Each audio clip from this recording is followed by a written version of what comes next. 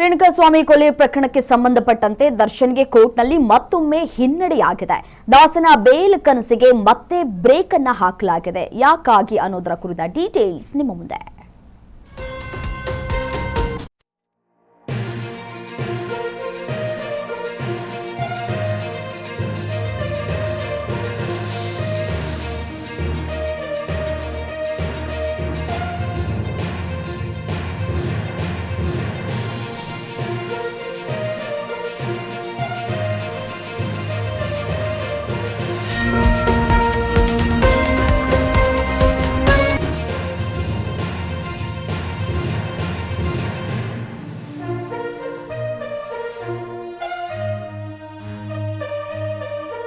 ದಾಸನ ಬೇಲ್ ಕನಸಿಗೆ ಮತ್ತೊಮ್ಮೆ ಬ್ರೇಕ್ ಅನ್ನ ಹಾಕಲಾಗಿದೆ. 49ನೇ ಸಾಕ್ಷಿಯಿಂದ ಕೋರ್ಟ್ನಲ್ಲಿ ಗಂಭೀರವಾದಂತಹ ಆರೋಪವನ್ನು ಮಾಡಲಾಗಿದೆ.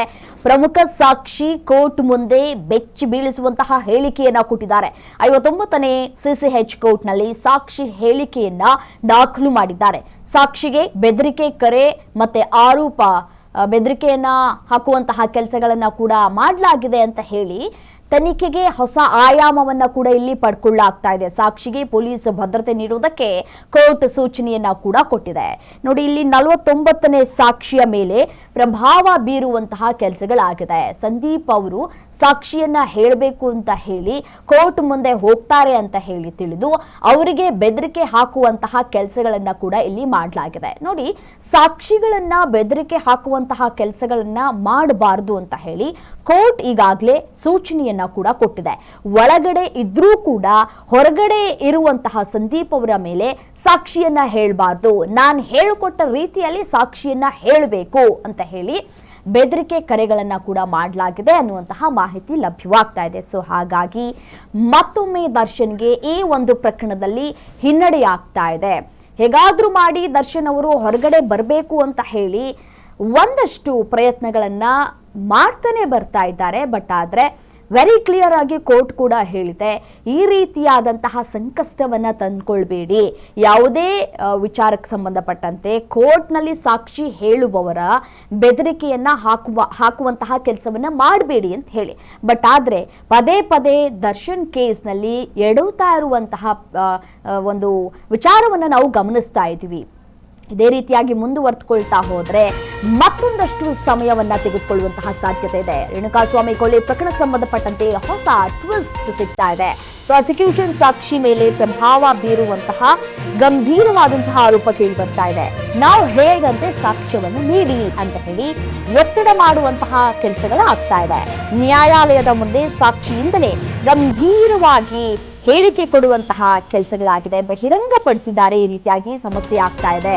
ಸಾಕ್ಷ್ಯವನ್ನ ತಿರುಚುವಂತಹ ಕೆಲಸಗಳು ಕೂಡ ಆಗ್ತಾ ಇದೆ ಅನ್ನುವಂತಹ ಮಾಹಿತಿ ಸಿಗ್ತಾ ಇದೆ. ಸಾಕ್ಷಿಗೆ ಪೊಲೀಸ್ ಭದ್ರತೆಯನ್ನ ನೀಡೋದಕ್ಕೆ ಇದೀಗ ಕೋರ್ಟ್ ಸೂಚನೆಯನ್ನ ಕೂಡ ಕೊಟ್ಟಿದೆ. ನೋಡಿ, ದಾಸನ ಬೇಲ್ ಕನಸಿಗೆ ಮತ್ತೆ ಬ್ರೇಕ್ ಬಿದ್ದಿರುವಂತಹ ವಿಚಾರ. ಸಾಕ್ಷಿಗಳ ಮೇಲೆ ಯಾವುದೇ ರೀತಿಯಾದಂತಹ ಪ್ರಭಾವ ಬೀರುವಂತಹ ಕೆಲಸವನ್ನ ಮಾಡಬಾರದು. ಪ್ರಭಾವ ಬೀರುವಂತಹ ಕೆಲಸವನ್ನ ಮಾಡಿದ್ರೆ ಮತ್ತೊಂದಷ್ಟು ಶಿಕ್ಷೆಗೆ ಒಳಪಡುವಂತಹ ಸಾಧ್ಯತೆಗಳು ಕೂಡ ದಟ್ಟವಾಗಿದೆ. ಸಂದೀಪ್ ಅವರು ಕೋರ್ಟ್ನ ಮುಂದೆ ನನಗೆ ಬೆದರಿಕೆಯನ್ನ ಹಾಕಲಾಗಿದೆ, ನನಗೆ ಜೀವ ಬೆದರಿಕೆ ಇದೆ, ಯಾರೋ ಕರೆ ಮಾಡಿ ನನ್ನ ಮೇಲೆ ಒತ್ತಡ ಹೇರುವಂತಹ ಕೆಲಸವನ್ನ ಮಾಡ್ತಾ ಇದ್ದಾರೆ ಅಂತ ಹೇಳಿ ಬಹಿರಂಗಪಡಿಸಿದ್ದಾರೆ. ಇದು ಮತ್ತೊಂದು ಹಿನ್ನಡೆ ಕೂಡ ಆಗಿದೆ. ಪ್ರಾಸಿಕ್ಯೂಷನ್ ಸಾಕ್ಷಿ ಮೇಲೆ ಪ್ರಭಾವ ಬೀರುವಂತಹ ಅಥವಾ ಈ ಸಾಕ್ಷ್ಯ ತಿರುಚುವಂತಹ ಪ್ರಯತ್ನ ನಡೆದಿರುವಂತಹ ಆರೋಪ ನ್ಯಾಯಾಲಯದ ಮುಂದೆ ಸಾಬೀತಾಗ್ತಾ ಇದೆ. ಪ್ರಕರಣದ 49ನೇ ಸಾಕ್ಷಿಯಾಗಿರುವ ಸಂದೀಪ್ ಅವರು ತಮ್ಮ ಪರಿಚಯಸ್ಥನ ಮುಖಾಂತರ ಕೆಲವರು ಕರೆ ಮಾಡಿ ಪ್ರಕರಣದ ಬಗ್ಗೆ ಮಾಹಿತಿಯನ್ನ ಕೇಳಿದ್ದು ಅಲ್ಲದೆ ತಾವು ಹೇಳಿದಂತೆ ಕೇಳಬೇಕು, ಸಾಕ್ಷ್ಯವನ್ನ ನೀಡಬೇಕು ಅಂತ ಕೂಡ ಹೇಳಿದ್ದಾರಂತೆ. ಸೊ ಅದನ್ನ ತೆಗೆದುಕೊಂಡು ಸಂದೀಪ್ ಅವರು ನ್ಯಾಯಾಲಯದ ಮುಂದೆ ಹೇಳಿದ್ದಾರೆ. ಈ ರೀತಿಯಾಗಿ ನನಗೆ ಗೊತ್ತಿರೋರ ಜೊತೆ ಬಂದ್ಬಿಟ್ಟು ನಮಗೆ ಸಮಸ್ಯೆಗಳನ್ನ ಮಾಡ್ತಾ ಇದ್ದಾರೆ, ಕರೆ ಮಾಡ್ತಾ ಇದ್ದಾರೆ, ಸಾಕ್ಷ್ಯವನ್ನ ತಿರುಚಬೇಕು ಅಂತ ಕೂಡ ಹೇಳ್ತಾ ಇದ್ದಾರೆ, ಅಥವಾ ಈ ರೀತಿಯಾಗಿ ಹಣ ಕೊಡುವಂತಹ ಕೆಲಸಗಳನ್ನ ಕೂಡ ಮಾಡ್ತಾ ಇದ್ದಾರೆ ಅಂತ ಹೇಳಿ ಸಂದೀಪ್ ಅವರು ನ್ಯಾಯಾಲಯದ ಮುಂದೆ ಹೇಳಿದ್ದಾರೆ. ಸೊ ಹಾಗಾಗಿ ಈಗ ಪ್ರಕರಣ ಮತ್ತೊಂದಷ್ಟು ತಿರುವನ್ನ ಪಡೆದುಕೊಳ್ಳುವಂತಹ ಸಾಧ್ಯತೆಗಳು ಕೂಡ ಇಲ್ಲಿ ದಟ್ಟವಾಗ್ತಾ ಇದೆ.